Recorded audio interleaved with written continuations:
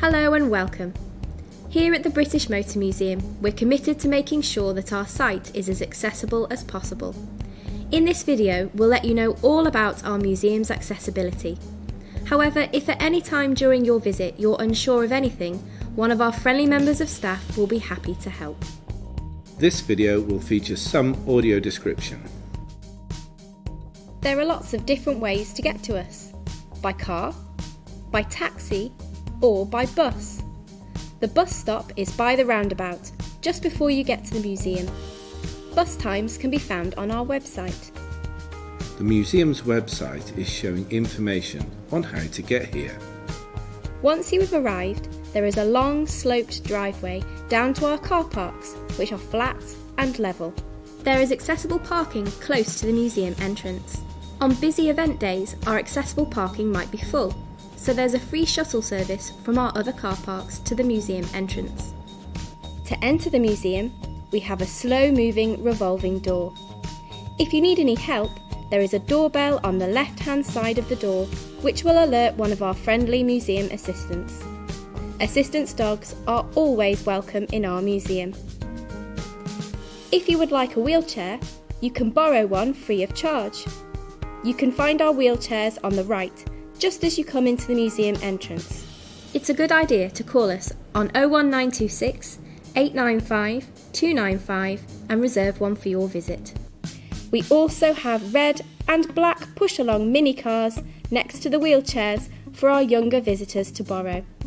You do not need to reserve a push-along mini. Here is our pay desk, where we have induction hearing loops. There are large plastic panels between visitors and the museum assistants on the two tills. Simply let our staff know if you need to use the hearing loop or if you require any assistance. Here are some of the staff that you might meet on your visit.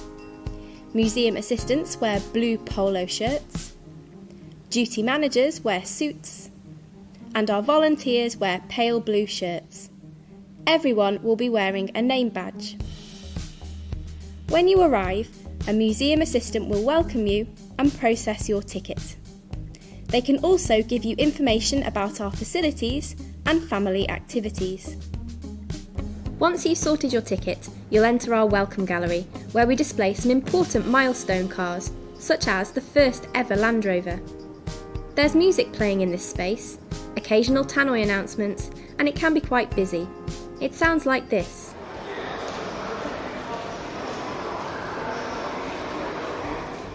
The museum is mainly on a flat level, with some blue seating spread throughout. The main museum hall is a large, bright and open space that is painted white. This can be a noisy space with lots of audio visuals at different heights and sounds like this.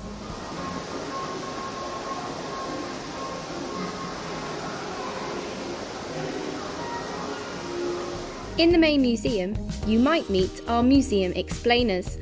They are dressed in different costumes and can talk to you about the exhibits. A female visitor chats to a museum explainer who is dressed as an Edwardian chauffeur.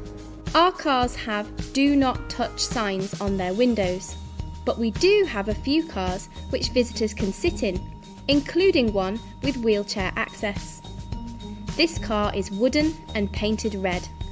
It has a low black leather seat and space for a wheelchair. There are switches and dials on the dashboard which control things like the radio. You can also pre-book a touch and access tour for when you visit. Simply call us on 01926 895 295. We also have a variety of interactives in our museum, including touch screens and our under the skin area. This area has flashing lights and can also be quite noisy, like this.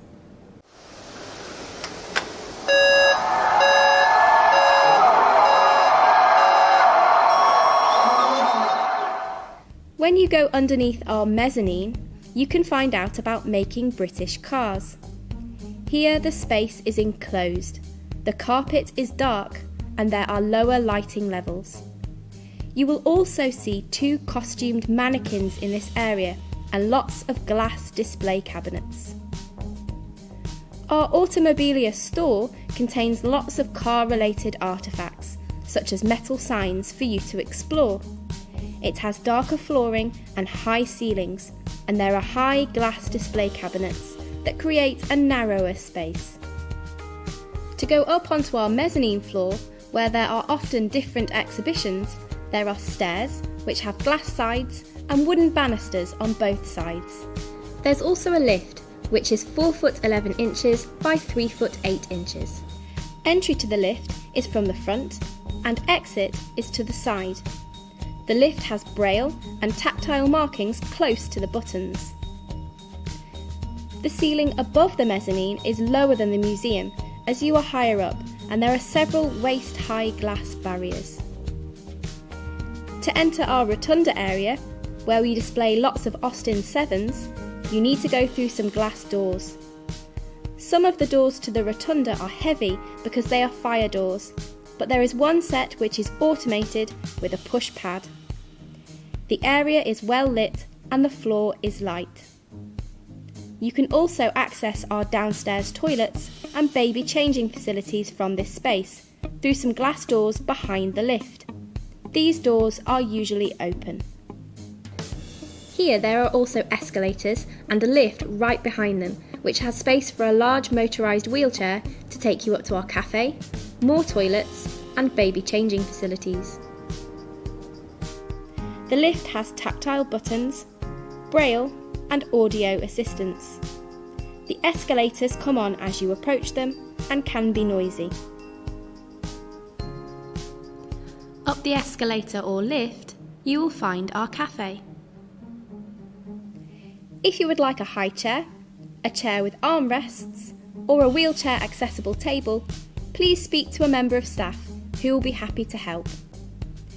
We serve lots of different food in our cafe, including vegetarian and vegan food, and we have Celiac UK gluten-free accreditation.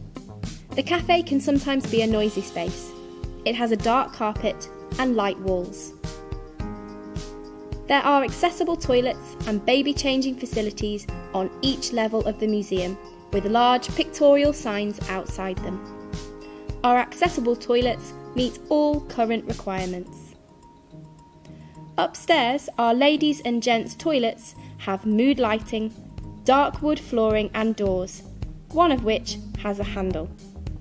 The soap, water and hand dryers are underneath the mirrors. To use them, you put your hands under the mirrors above the long white sink, like this. Downstairs, our museum gift shop sells lots of gifts and souvenirs. The shop has open glass doors and barriers around it. The floor space is narrow and products are at different levels. Some are high up. If you need assistance, please ask a member of staff. Here we have a lowered counter and a hearing loop. There are large plastic panels around the shop pay desk. Our collection centre contains lots more cars for you to explore.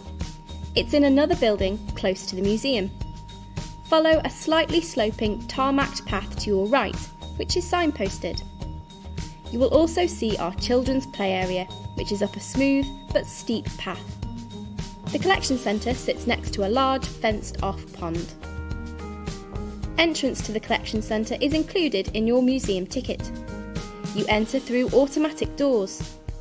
In the wintertime, there are heaters above the doors which blow strong, warm air downwards. This space is bright, with light walls and smooth concrete floors throughout.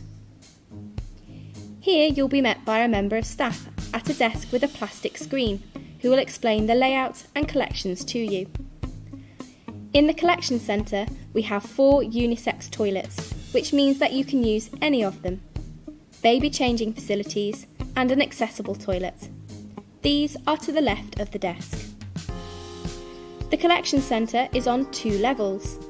The Jaguar Daimler Heritage Trust collection is downstairs, and the museum's reserve collection is upstairs. The corridor to the Jaguar Daimler Heritage Trust collection, which is also where the toilets are, is quite narrow and has low lighting, but is signposted. There are some videos playing in the Jaguar collection space that sound like this.